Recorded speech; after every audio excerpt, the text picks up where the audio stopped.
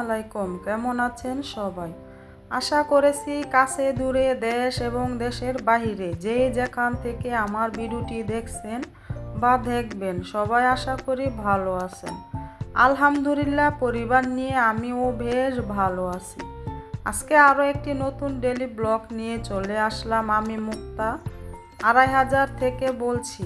আশা করেছি আপনাদের কাছে এই ভিডিওটি বেশ ভালো লাগবে। আজকে আমি প্রথম আদা রসুনগুলো ব্লেন্ডার করে নেব। আমি এই আদা রসুনগুলো সুন্দর করে ধুয়ে কেটে ডিপ ফ্রিজে রেখে দিয়েছিলাম। সময়ের কারণে আমি এগুলো ব্লেন্ডার করতে পারিনি। এখন আমি নামিয়ে সবগুলো মশলা ব্লেন্ডার করে বক্সের মধ্যে ডিপ ফ্রিজে রেখে দেব। যখনই আমার প্রয়োজন হবে তখন আমি বের করে রান্না করে নিতে পারবো। আমি আদা রসুনগুলো ব্লেন্ডার করে এরপর আমার ঘরের সমস্ত কাজ গুছিয়ে নেব। ভিডিওর শুরুতে একটি রিকোয়েস্ট করছি, প্লিজ আমার ভিডিওটিতে একটি লাইক দিয়ে ভিডিওটি কন্টিনিউ করবেন। এখনও যারা আমার চ্যানেলটিকে সাবস্ক্রাইব করেননি, প্লিজ আমার চ্যানেলটিকে সাবস্ক্রাইবার করে দিবেন। চ্যানেলটি সাবস্ক্রাইব করে পাশে থাকা বেল আইকনটি বাজিয়ে রাখুন, যাতে করে পরবর্তী ভিডিও ছাড়ার সাথে সাথে আপনাদের কাছে নোটিফিকেশন চলে যায় এবং আপনারা আপনাদের মূল্যবান সময় বের করে আমার ভিডিওটি দেখে নিতে পারেন। আমি কিন্তু আমার আদাগুলো না ছিলে সুন্দর করে কেটে নিয়েছি। আমি কিন্তু আদাগুলো চুলকা সহই ব্লেন্ডার করে নেব। চুলকা সহ ব্লেন্ডার করলে কিন্তু আদাগুলো আর বোঝা যায় না যে চুলকা ছাড়ানো আছে নাকি চুলকার সাথে ব্লেন্ডার করা। চুলকা ছাড়াতে গেলে কিন্তু প্রায় অনেকটা সময়ই কিন্তু ব্যয় হয়ে যায়। এজন্য আমি চুলকার সাথেই আদাগুলো ব্লেন্ডার করে নিয়েছি। এখন আমি ডিপ ফ্রিজের মধ্যে সুন্দর করে বক্সগুলো রেখে দেব। এখন আমি আমার ডিপ ফ্রিজের উপর মুছে সুন্দর একটি ফুলের টব রেখেছি। এরপর আমি চলে আসলাম আমার দুপুরের জন্য রান্নাটা করে নিতে। রান্নাটা যদি আগে করা নেওয়া হয় তাহলে দেখা যায় সংসারের কিন্তু অর্ধেক কাজই প্রায় শেষ হয়ে যায়।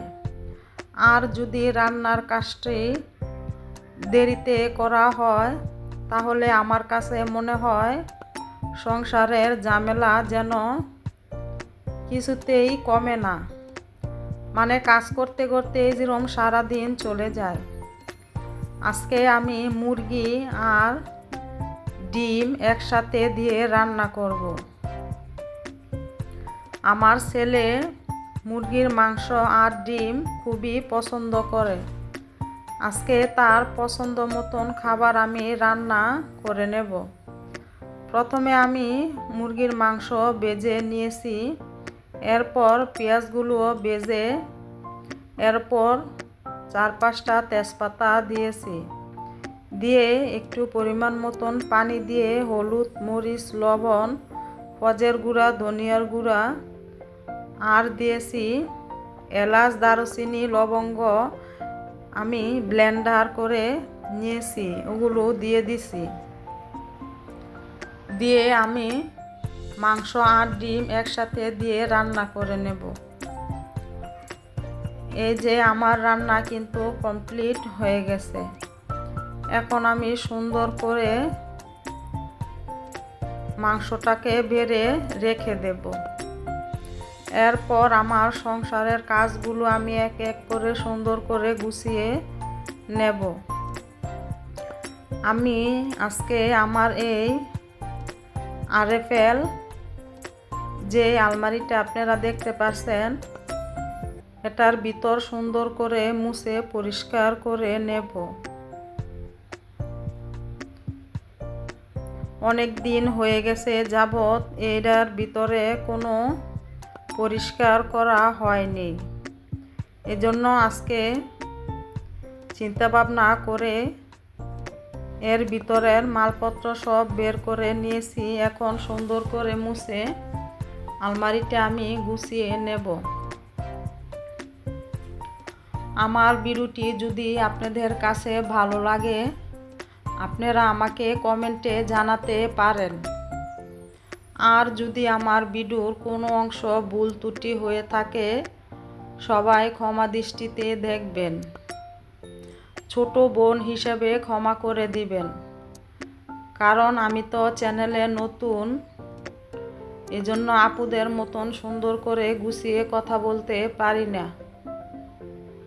কিন্তু আমি চেষ্টা করব আপুদের মতন যেন সুন্দর করে গুছিয়ে কথা বলতে পারি।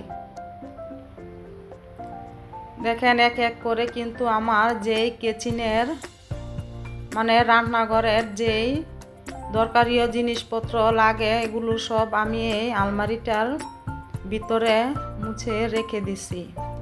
আমার প্রয়োজন হলে আমি এখান থেকে বের করে নেব।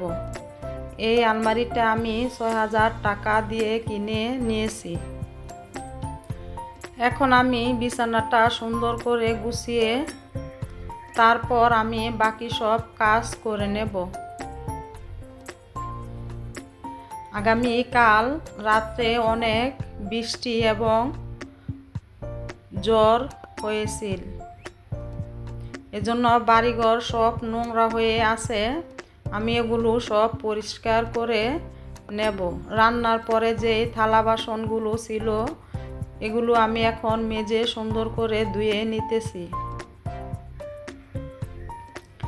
যে দেখেন বাহিরের কি অবস্থা। আমি কিন্তু অন ক্যামেরায় আমার ঘর সুন্দর করে ঝাড়ু দিয়ে মুছে নিয়েছি, যদি মানে অফ ক্যামেরায়। এখন আমি আমার বাহিরের সমস্ত কাজ সুন্দর করে এক এক করে গুছিয়ে নেব। বাড়ির ঘর সুন্দর করে পরিষ্কার করে নেব। এখন দেখেন আমি সবগুলো ধুয়ে নিতেছি। বৃষ্টি হলেই তো আপনারা জানেন বাড়িঘর কি ময়লা নোংরা হয়ে থাকে। এই যে দেখতে পাচ্ছেন, এটা কিন্তু আমার বাড়ি, আমার স্বপ্নের বাড়ি। এটা হয়েছে আমার ঘরের মেইন গেট। আমার ঘরের ডাইন পাশে কিন্তু আরেকটা গেট আছে। এই যে দেখেন আমার 2 ছেলে এবং আমার দেবরের ছেলে বসে খেলা করতেছে। এটা হয়েছে আমাদের বাড়ি। এই যে এই সাইডটাতে দেখতে পাচ্ছেন, এটা আমার বাহিরের রান্নাঘর আর গোসলখানা। এই যে এই গেটটা মূলত আমার সবসময় ব্যবহার বেশি হয়।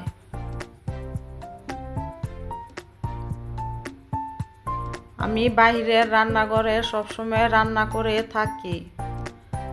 যদি হালকা পাতলা কিছু রান্না করার থাকে, তাহলে আমি ঘরের ভিতরের রান্নাঘরও রান্না করে থাকি। আমার ভিডিওটি আজকে এই পর্যন্তই। সবাই ভালো থাকবেন, সুস্থ থাকবেন। আল্লাহ হাফেজ। আসসালামু আলাইকুম।